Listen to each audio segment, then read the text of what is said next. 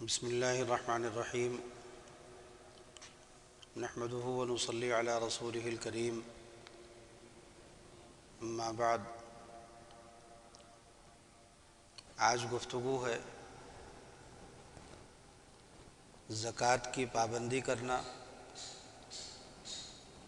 اور زکوٰۃ کے علاوہ بھی اپنے مال میں سے خرچ کرنا اللہ کے راستے میں، اور اگر کسی کے پاس مال نہ ہو تو وہ کس طرح سے صدقہ اور زکوٰۃ، کس طرح سے وہ صدقہ اور خیرات کرے، لوگوں کی نفع رسانی کا کس طرح سے کام کرے، اس کا بیان ہے۔ زکوٰۃ بھی نماز کی طرح اسلام کا ایک رکن ہے، یعنی بڑی شان کا ایک لازمی حکم ہے۔ بہت سی آیتوں میں زکوٰۃ دینے کا حکم اور اس کے دینے کا ثواب اور نہ دینے کا عذاب مذکور ہے۔ قرآن مجید میں اور حدیث پاک میں بہت سی آیتیں اس سلسلے میں ہیں۔ یہاں پر چند حدیثیں ذکر کی جاتی ہیں۔ حضرت ابو درداء رضی اللہ تعالیٰ عنہ رسول اللہ صلی اللہ علیہ وسلم سے روایت کرتے ہیں، آپ نے ارشاد فرمایا کہ زکوٰۃ اسلام کا پل ہے یا بلند عمارت ہے۔ مراد یہ ہے کہ اگر زکوٰۃ نہ دے تو اسلام پر چل نہیں سکتا یا اسلام کے نیچے کے درجے میں رہا۔ ایسے ہی آپ صلی اللہ علیہ وسلم نے ارشاد فرمایا کہ جس شخص نے اپنے مال کی زکوٰۃ ادا کر دی اس سے اس مال کی برائی جاتی رہی، یعنی زکوٰۃ نہ دینے سے جو اس مال میں نحوست اور گندگی آ جاتی ہے وہ نہیں رہی۔ معلوم ہوا کہ جس مال کی زکوٰۃ نہ دی جائے اس میں برکت نہیں رہتی۔ ایسے ہی آپ صلی اللہ علیہ وسلم نے ارشاد فرمایا کہ جو شخص تم میں اللہ اور رسول پر ایمان رکھتا ہو اس کو چاہیے کہ اپنے مال کی زکوٰۃ ادا کیا کرے۔ ایسے ہی آپ نے ارشاد فرمایا کہ 3 کام ایسے ہیں جو شخص ان کو کرے گا ایمان کا ذائقہ چکھے گا۔ صرف اللہ کی عبادت کرے اور یہ عقیدہ رکھے کہ سوا اللہ کے کوئی عبادت کے لائق نہیں، اور اپنے مال کی زکوٰۃ ہر سال اس طرح دے کہ اس کا نفس اس پر خوش ہو اور دل کی آمادگی کے ساتھ ہو۔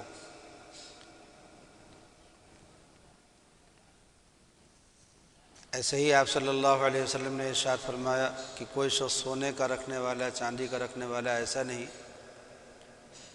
جو زکوٰۃ نہ دیتا ہو، مگر جب قیامت کے دن ہوگا اس دن اس شخص کے عذاب کے لیے اس سونے چاندی کی تختیاں بنائی جائیں گی، پھر ان تختیوں کو جہنم کی آگ میں تپایا جائے گا، پھر ان سے اس کی کروٹ اور پیشانی اور پیٹھ کو داغ دیا جائے گا۔ جب وہ تختیاں ٹھنڈی ہونے لگیں گی پھر دوبارہ ان کو تپا لیا جائے گا،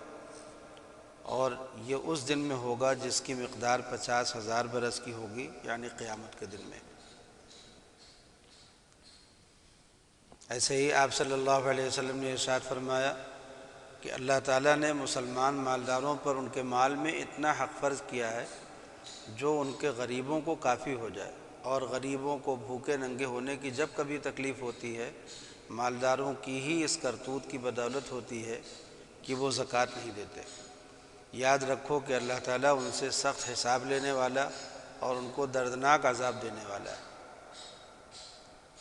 ایک حدیث میں اس کی تفصیل میں یہ بھی ارشاد ہے کہ محتاج لوگ قیامت میں اللہ تعالیٰ سے مالداروں کی شکایت کریں گے کہ ہمارے حقوق جو آپ نے ان پر فرض کیے تھے انہوں نے ہم کو نہیں پہنچائے۔ اللہ تعالیٰ ان سے فرمائے گا اپنی عزت و جلال کی قسم میں تم کو مقرب بناؤں گا اور ان کو دور کر دوں گا۔ ایسے ہی حضرت عبداللہ ابن مسعود رضی اللہ تعالیٰ عنہ سے روایت ہے کہ ہم نماز کی پابندی کا اور زکوٰۃ کا ہم کو نماز کی پابندی کا اور زکوٰۃ دینے کا حکم کیا گیا ہے، اور جو شخص زکوٰۃ نہ دے اس کی نماز بھی قبول نہیں ہوتی۔ ایک روایت میں ارشاد ہے کہ جو شخص نماز کی پابندی کرے اور زکوٰۃ نہ دے وہ مسلمان نہیں کہ اس کا نیک عمل اس کو نفع دے۔ لیکن اس کا یہ مطلب نہیں ہے کہ لوگ نماز بھی چھوڑ دیں، اگر ایسا کریں گے تو اس کا عذاب الگ ہوگا۔ مطلب یہ ہے کہ زکوٰۃ بھی دینے لگیں۔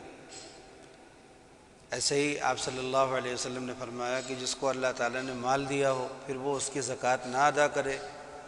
قیامت کے دن وہ مال ایک گنجے سانپ کی شکل بنا دیا جائے گا جس کی دونوں آنکھوں کے اوپر 2 نقطے ہوں گے۔ مراد یہ ہے کہ بہت زہریلا سانپ ہوگا، اور اس کے گلے میں توق کی طرح ڈال دیا جائے گا، اور اس کی دونوں باچھیں، وہ سانپ جو ہے وہ اس شخص کی دونوں باچھیں پکڑے گا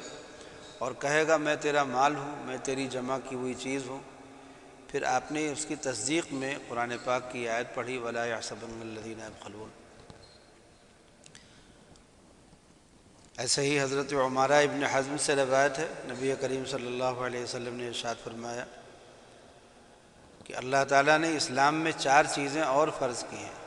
یعنی وہ کلمہ لا الہ الا اللہ پڑھنے کے بعد بھی 4 چیزیں اور فرض کی ہیں، جو شخص ان میں سے 3 کو ادا کرے تو وہ اس کو پورا کام نہیں دیں گی جب تک سب کو ادا نہ کرے: نماز، زکوٰۃ، رمضان کے روزے اور بیت اللہ کا حج۔ اس سے معلوم ہوا کہ اگر نماز، روزہ اور حج سب کرتا ہو مگر زکوٰۃ نہ دیتا ہو تو وہ تینوں بھی اس کی نجات کے لیے کافی نہیں ہیں۔ غرض اس کے علاوہ بھی اور بھی روایتیں ہیں۔ ایک روایت میں آپ نے ارشاد فرمایا کہ نماز تو سب کے سامنے ظاہر ہونے والی چیز ہے، اس کو تو قبول کر لیا، اور زکوٰۃ چھپی ہوئی چیز ہے، اس کو خود کھا لیا، یعنی حقداروں کو نہ دیا۔ ایسے لوگ منافق ہیں، یعنی جو کام لوگوں کو دکھائی دے وہ کریں، جو نہ دکھائی دے اس کو نہ کریں، چھپا لے جائیں۔ ایک روایت میں ہے کہ جس قوم نے زکوٰۃ دینا بند کر دیا اللہ تعالیٰ ان کو قحط میں مبتلا کرتے ہیں، اور ایک روایت میں یہ لفظ ہے کہ اللہ تعالیٰ ان سے بارش کو روک لیتے ہیں۔ دونوں کا حاصل ایک ہی ہے۔ ایسے ہی آپ صلی اللہ علیہ وسلم نے فرمایا کہ جس مال میں زکوٰۃ ملی ہوئی رہ جائے وہ اس مال کو برباد کر دیتی ہے۔ ملا ہوا رہنا یہ ہے کہ زکوٰۃ فرض ہو جائے اور نکالا نہ جائے، اور برباد ہونا یہ ہے کہ وہ مال جاتا رہے یا اس کی برکت جاتی رہے، جیسا کہ اس روایت میں ہے کہ آپ صلی اللہ علیہ وسلم نے فرمایا کہ جب کوئی مال خشکی میں یا دریا میں برباد ہوتا ہے تو زکوٰۃ نہ دینے کی وجہ سے ہوتا ہے۔ اس کے اگر کسی شخص کا مال زکوٰۃ دینے کے بعد بھی برباد ہو جائے تو اس سے یہ نہ سمجھے کہ زکوٰۃ نہیں ادا کی تھی، زکوٰۃ کا کوئی فائدہ نہیں، بلکہ کبھی کبھی آزمائش اور امتحان کے لیے بھی ہوتا ہے۔ بہت سے اللہ والے ہیں، انبیاء ہیں، ان سب کو نقصان ہوا، مال کا نقصان ہوا، جان کا نقصان ہوا۔ حضرت اسماء بنت یزید سے روایت ہے کہ میں اور میری خالہ نبی کریم صلی اللہ علیہ وسلم کی خدمت میں اس حالت میں حاضر ہوئے کہ ہم سونے کے کنگن پہنے ہوئے تھے۔ آپ نے ہم سے پوچھا کہ کیا تم ان کی زکوٰۃ دیتی ہو؟ ہم نے عرض کیا نہیں۔ آپ نے فرمایا کیا تم کو اس سے ڈر نہیں لگتا کہ تم کو اللہ تعالیٰ آگ کے کنگن پہناوے؟ اس کی زکوٰۃ ادا کیا کرو۔ اس سے معلوم ہوا کہ جو پہننے والے زیور ہیں ان میں بھی زکوٰۃ ہے۔ بعض لوگ عوام کو گمراہ کرتے ہیں، کہتے ہیں کہ پہننے والے زیوروں میں زکوٰۃ نہیں ہوتی، مگر دیکھیے وہ پہنے ہوئے آئی تھیں اور آپ نے ان کو اس طرح مخاطب کر کے فرمایا۔ تو ان حدیثوں سے یہ بات ثابت ہوئی کہ زکوٰۃ اللہ نے فرض کی ہے، اور زکوٰۃ کی جو فضیلت ہے وہ معلوم ہوئی۔ زکوٰۃ نہ دینے کا وبال اور عذاب دنیا میں تو مال کی بربادی یا بے برکتی، اور آخرت میں دوزخ۔ زکوٰۃ نہ دینے والے کی نماز، روزہ وغیرہ بھی مقبول نہ ہونا، زکوٰۃ نہ دینے والے کی حالت منافق کے مشابہ ہونا، اور زکوٰۃ کا حقوق العباد کے مشابہ ہونا کہ جس طرح سے حقوق العباد جب تک آدمی ادا نہ کر دے اس وقت تک اللہ تعالیٰ بھی معاف نہیں کرتے، اس کے مشابہ ہے یہ۔ اب کچھ ضروری باتیں ہیں زکوٰۃ سے متعلق، ان میں سے ایک چیز یہ ہے کہ چاندی، سونا، روپیہ، خواہ اشرفی ہو، خواہ نوٹ کی شکل میں ہو، خواہ اپنے قبضے میں ہو، خواہ کسی کے ذمہ ادھار ہو جس کا اپنے پاس ثبوت ہو، یا ادھار لینے والا اقراری ہو، خواہ چاندی سونے کے برتن یا زیور یا سچا گوٹا ٹھپا جو ہوتا ہے جس کے اندر سونے چاندی کا کام ہو، اگر صرف چاندی کی چیزیں ہوں اور وزن میں 52.5 تولہ کے برابر ہو، 52.5 تولہ چاندی کے برابر ہو، اور یا اگر چاندی کے ساتھ کچھ سونے کی بھی چیزیں ہوں اور دام میں دونوں مل کر کے 52.5 تولہ کے برابر ہو جائیں، تو جس دن ان چیزوں کے مالک ہوئے ہیں اسی دن سے اسلامی سال گزرنے پر، یہ اسلامی سال کی قید ہے، لوگ انگریزی تاریخ سے اگر حساب کرتے ہوں تو غلط ہے، اور ایسے ہی جو لوگ رمضان کا حساب کرتے ہیں یہ بھی صحیح نہیں ہے۔ جس دن ان چیزوں کا مالک ہوا ہے اسی دن اگلے سال جب 1 سال پورا ہو جائے تو پھر اسی تاریخ میں، عربی تاریخ سے اسی تاریخ میں دیکھا جائے گا کہ آج اس کے پاس کتنا مال ہے، تو اس میں 40واں حصہ زکوٰۃ کا نکالنا ہوگا۔ 40واں حصہ یعنی 100 روپے میں 2.5 روپیہ نکالنا ہوتا ہے، 1000 روپے میں 25 روپیہ نکالنا ہوگا، 1,00,000 روپے میں 2,500 روپیہ نکالنا ہوگا۔ تو یہ تو چاندی کا حساب ہو گیا، اور اگر کسی شخص کے پاس سونا ہے تو 7.5 تولہ سونا ہو، اور جس دن اس کا مالک ہوا اس دن سے سال گزرنے پر اس کے ذمے 7.5 تولہ سونے کے حساب سے اس کی یا تو قیمت نکال کر اس سے زکوٰۃ نکالیں، یا اسی سونے میں سے ہی اتنا نکال دیں، 40واں حصہ نکالنا ہوتا ہے۔ تیسری طرح کی چیز کیا ہے کہ وہ تجارت کا سامان ہے، تجارت کا سامان جو کہیں پیسے لگا دیے ہیں شیئر وغیرہ میں، یا کاروبار کرتے ہیں اور مال تجارت خرید کر کے لائے، اس کو خریدنا بیچنا، تو اس کا بھی مجموعی اس کی قیمت اگر پہنچ رہی ہے 52.5 تولہ چاندی کی قیمت کے برابر، تو اس میں بھی زکوٰۃ واجب ہوگی، اور وہی 40واں حصہ زکوٰۃ کا ادا کرنا ہوگا۔ 40ویں حصے کا مطلب کہ 100 روپے میں 2.5 روپیہ۔ اس سے معلوم ہو گیا ہوگا کہ مسلمانوں میں بکثرت ایسے لوگ ہیں، زیادہ تر لوگ ایسے ہیں کہ ان کے اوپر زکوٰۃ فرض ہوتی ہے،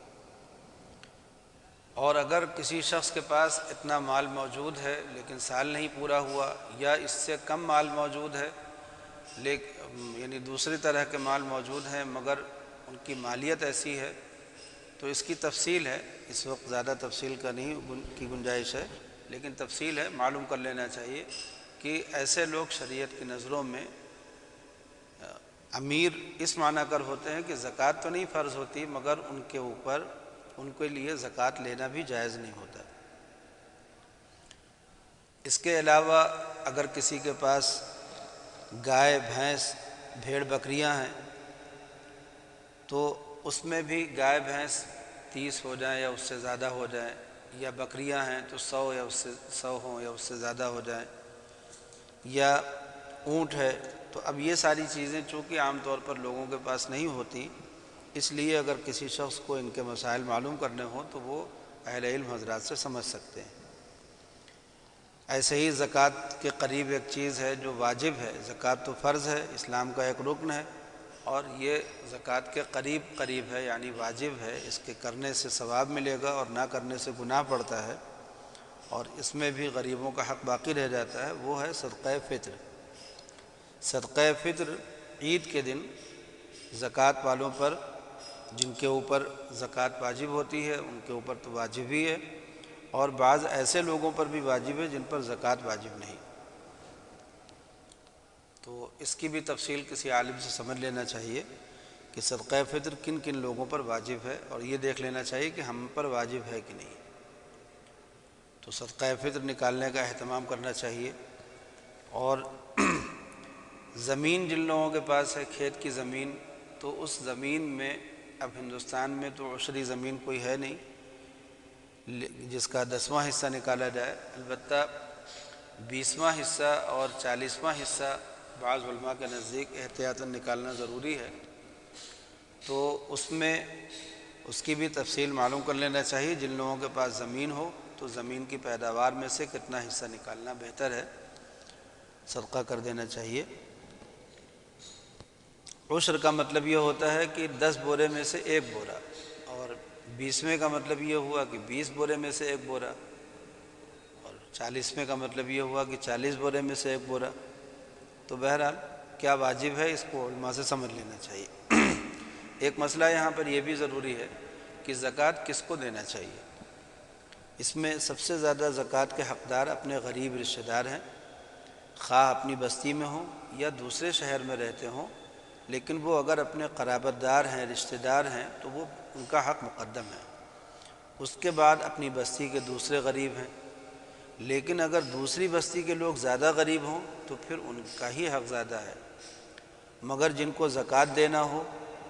وہ نہ بنو ہاشم ہوں یعنی سید نہ ہوں، اور نہ زکوٰۃ دینے والے کے ماں باپ یا دادا دادی نانا نانی یا اولاد بیٹا بیٹی یا میاں بیوی لگتے ہوں، آپس میں رشتہ میاں بیوی کا بھی نہ ہو۔ اس سے معلوم ہوا کہ اپنے بھائی کو، اپنی بہن کو اور اپنی پھوپھی کو، اپنی چچی کو، اپنی پھوپھی کو اور اپنے چچا کو، اس طرح کے جو رشتہ دار ہیں ان کو دے سکتے ہیں۔ اور کفن یا مسجد میں لگانا بھی درست نہیں ہے، یعنی جس میں کسی غریب کی ملکیت میں نہ جاتا ہو وہاں دینا بھی درست نہیں۔ البتہ اگر کسی غریب کا انتقال ہو گیا ہے تو اس غریب کے کسی رشتہ دار کو زکوٰۃ دے دی جائے جو غریب ہو، اور اس سے کہہ دیا جائے کہ اب تم اپنی طرف سے لگا دو اس کو کفن میں،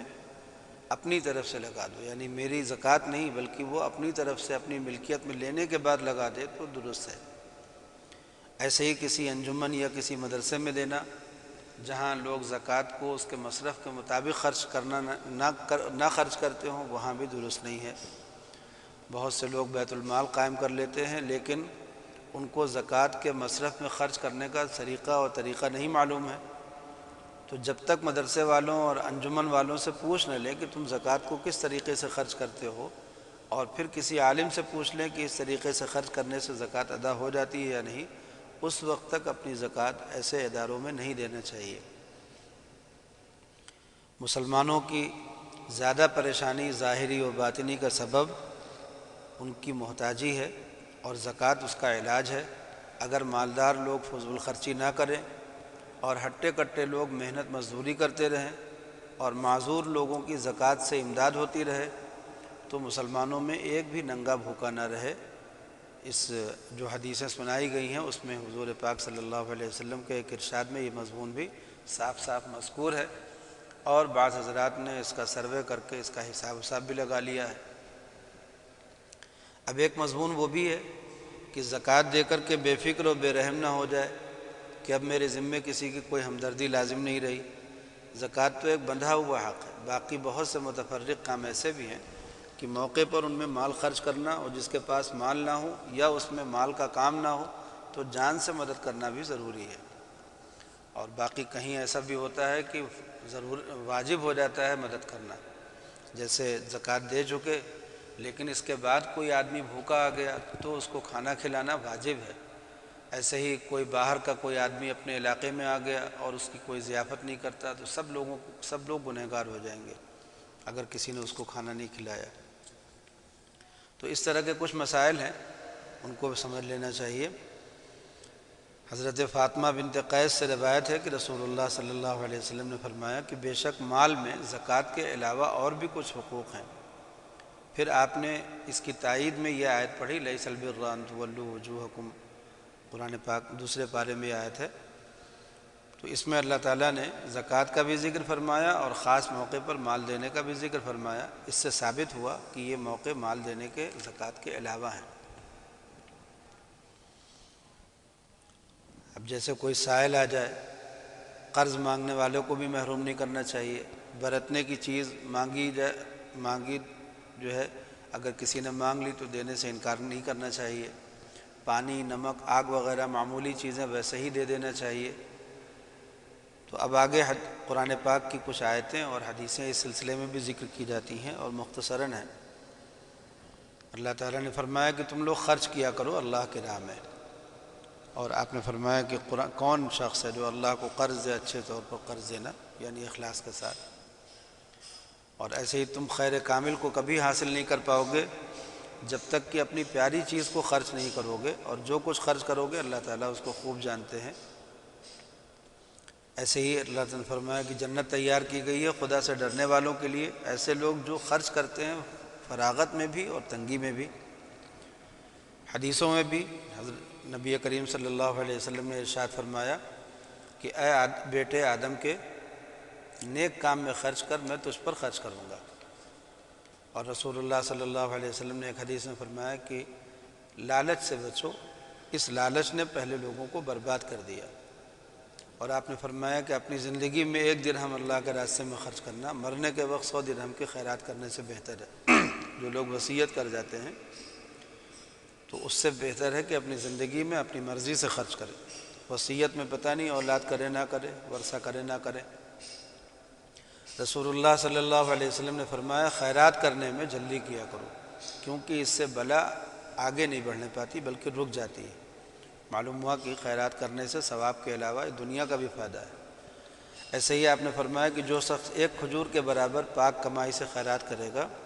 اور اللہ تعالیٰ پاکی چیز کو قبول بھی فرماتے ہیں، تو اللہ تعالیٰ اس کو اپنے داہنے ہاتھ میں لے لیتے ہیں۔ اب داہنے ہاتھ کا مطلب تو اللہ ہی کو معلوم ہے، پھر وہ اس کو بڑھاتے ہیں، جیسے تم میں کوئی اپنے بچڑے کو پالتا ہے، یہاں تک کہ وہ پہاڑ کے برابر ہو جاتا ہے۔ ایسے ہی آپ نے فرمایا کہ خیرات دینا مال کو کم نہیں ہونے دیتا، کبھی آمدنی بڑھ جاتی ہے، ذریعہ نکل آتا ہے، کبھی برکت بڑھ جاتی ہے، کبھی ثواب بہت بڑھ جاتا ہے۔ ایسے ہی آپ نے فرمایا کہ کسی قسم کی بھلائی کو حقیر نہ سمجھو، اتنا ہی کر لو، کم از کم اتنا ہی کر لو کہ اپنے مسلمان بھائی سے خندہ پیشانی سے مل لو۔ اب دیکھیے یہاں پر آدمی کے پاس مال نہیں ہے، زکوٰۃ نہیں دے سکتا، صدقہ خیرات نہیں کر سکتا، تو اپنے مسلمان بھائی سے خندہ پیشانی سے مل لینے کو بھی اللہ کے رسول نے فرمایا کہ یہ بھی ایک بھلائی ہے۔ ایسے ہی آپ نے فرمایا کہ ہر مسلمان کے ذمے کچھ نہ کچھ صدقہ کرنا ضروری ہے۔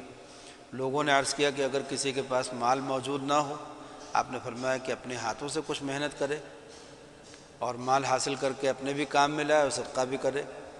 لوگوں نے عرض کیا کہ اگر معذوری کی وجہ سے یہ بھی نہ کر سکے یا اتفاق سے ایسا نہ کرے، آپ نے فرمایا تو کسی پریشان حاجت مند کی مدد کر دے، اس کا بوجھ اٹھا لے، یہ بھی صدقہ ہے۔ لوگوں نے عرض کیا اگر یہ بھی نہ کرے، آپ نے فرمایا کسی کو کوئی نیک بات بتلا دے۔ لوگوں نے عرض کیا اگر یہ بھی نہ کرے، آپ نے فرمایا کسی کو نقصان اور تکلیف نہ پہنچائے، یہ بھی اس کے لیے صدقہ ہے۔ ان سب باتوں کو صدقہ اس وجہ سے فرمایا کہ جیسے صدقے سے مخلوق کو نفع پہنچتا ہے، ان کاموں سے بھی نفع پہنچتا ہے۔ ایسے ہی آپ صلی اللہ علیہ وسلم نے فرمایا کہ انسان کے ہر جوڑ پر ہر روز ایک صدقہ لازم ہے، اور صدقہ بھی کتنا آسان ہے، 2 شخصوں کے درمیان انصاف کر دے، یہ بھی صدقہ ہے۔ کسی شخص کو جانور پر سوار کرنے میں یا اس کا سامان لادنے میں مدد کر دے، ٹرین وغیرہ پہ چڑھا دے سامان کسی کا، یہ بھی صدقہ ہے۔ کوئی اچھی بات جس سے کسی کا بھلا ہو جائے، یہ بھی صدقہ ہے۔ جو قدم نماز کی طرف اٹھاوے، وہ بھی صدقہ ہے۔ کوئی تکلیف کی چیز راستے سے ہٹا دے، یہ بھی صدقہ ہے۔ مسلم شریف کی ایک دوسری حدیث میں اس کی شرح بھی آئی ہے کہ گنتی کے قابل انسان کے 360 جوڑ ہیں، جس شخص نے روزمرہ اتنی نیکیاں کر لیں، اس نے اپنے کو دوزخ سے بچا لیا۔ ایسے ہی نبی کریم صلی اللہ علیہ وسلم نے فرمایا کہ بہت اچھا صدقہ یہ ہے کہ کوئی اونٹنی دودھ والی کسی کو مانگی دے دی جائے، یعنی اس کو کہہ دیا جائے کہ لو تم اس کو دودھ لو، اس کا دودھ پی لیا کرو۔ اسی طرح بکری دودھ والی کسی کو مانگی دے دی جائے، اس طرح کہ وہ اس کا دودھ پیتا رہے، جب دودھ نہ رہے تو واپس کر دے۔ جو 1 برتن صبح کو بھر دے، 1 برتن شام کو بھر دے۔ ایسے ہی نبی کریم صلی اللہ علیہ وسلم نے فرمایا کہ جو مسلمان کوئی درخت لگائے یا کوئی کھیتی بوئے،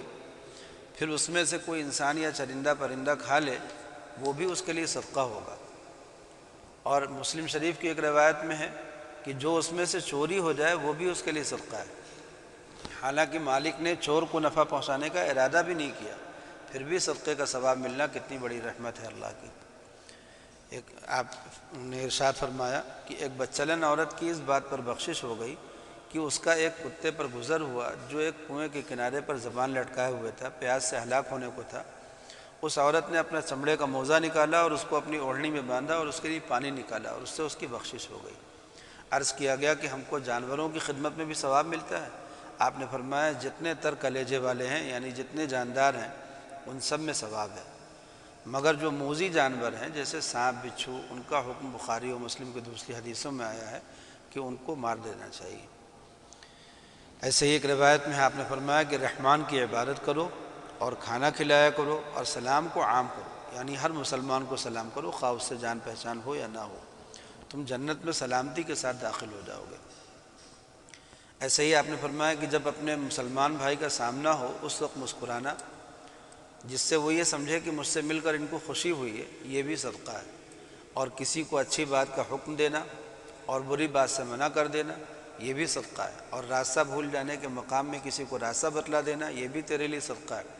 اور کسی کی بینائی میں خرابی ہو اس کی مدد کر دینا بھی صدقہ ہے، اور کوئی پتھر کانٹا ہڈی راستے سے ہٹا دینا یہ بھی صدقہ ہے، اور اپنے ڈول سے اپنے بھائی کے ڈول میں پانی اڈیل دینا یہ بھی صدقہ ہے۔ ایسے ہی حضرت سعد بن عبادہ سے روایت ہے کہ انہوں نے عرض کیا کہ سعد یعنی میری والدہ مر گئی، سو کون سا صدقہ زیادہ فضیلت کا ہے جس کا ثواب ان کو بخشوں؟ آپ نے فرمایا پانی۔ انہوں نے ایک کنواں کھدوایا اور یہ کہہ دیا کہ اس کا ثواب سعد کے لیے ہے۔ اس سے معلوم ہوا کہ ایصال ثواب درست ہے۔ حضرت ابو سعید رضی اللہ تعالیٰ عنہ سے روایت ہے کہ نبی کریم صلی اللہ علیہ وسلم نے فرمایا کہ جو مسلمان کسی مسلمان کو اس کے ننگے ہونے یعنی کپڑا نہ ہونے کی حالت میں کپڑا دے، اللہ تعالیٰ اس کو جنت کے سبز کپڑے دے گا، اور جو کسی مسلمان کو بھوکے ہونے کی حالت میں کھانا دے، اللہ تعالیٰ اس کو جنت کے پھل دے گا، اور جو کسی مسلمان کو پیاس کے وقت پانی پلا دے اس کو جنت کی مہر لگی ہوئی نفیس شراب پلائیں گے۔ ایسے ہی رسول اللہ صلی اللہ علیہ وسلم نے فرمایا 7 چیزیں ہیں جن کا ثواب بندے کے مرنے کے بعد بھی جاری رہتا ہے، اور یہ قبر میں پڑا ہوا ہوتا ہے۔ جس نے علم سکھلایا، یا کوئی نہر کھودی، یا کوئی کنواں کھدوا دیا، یا کوئی درخت لگا دیا، یا کوئی مسجد بنائی، یا کوئی قرآن چھوڑ گیا، یا کوئی اولاد چھوڑی جو اس کے مرنے کے بعد بخشش کی دعا کرے۔ تو خلاصہ یہ ہے کہ زکوٰۃ شریعت کی طرف سے فرض ہے، اور اس کے علاوہ بھی بہت سے صدقات ہیں، بہت سے خیرات کے کام ہیں۔ مسلمانوں کو چاہیے کہ اللہ تعالیٰ نے جن کو گنجائش دی ہے وہ ان سب کاموں میں بڑھ چڑھ کر کے حصہ لیا کریں۔ دین اسلام کی یہی خاصیت ہے کہ اس میں مال جمع کرنے کی ترغیب کم ہے اور مال خرچ کرنے کی ترغیب زیادہ ہے، اور اسی سے فرق ہوتا ہے مسلمان میں اور غیر مسلم میں۔ نبی کریم صلی اللہ علیہ وسلم نے فرمایا کہ اللہ کے نزدیک سب آدمیوں سے زیادہ پیارا وہ ہے جو دوسرے آدمیوں کو زیادہ نفع پہنچائے۔ اللہ تعالی ہم سب لوگوں کو اس کی توفیق عطا فرمائے۔ وآخر دعوانا ان الحمد للہ رب العالمین۔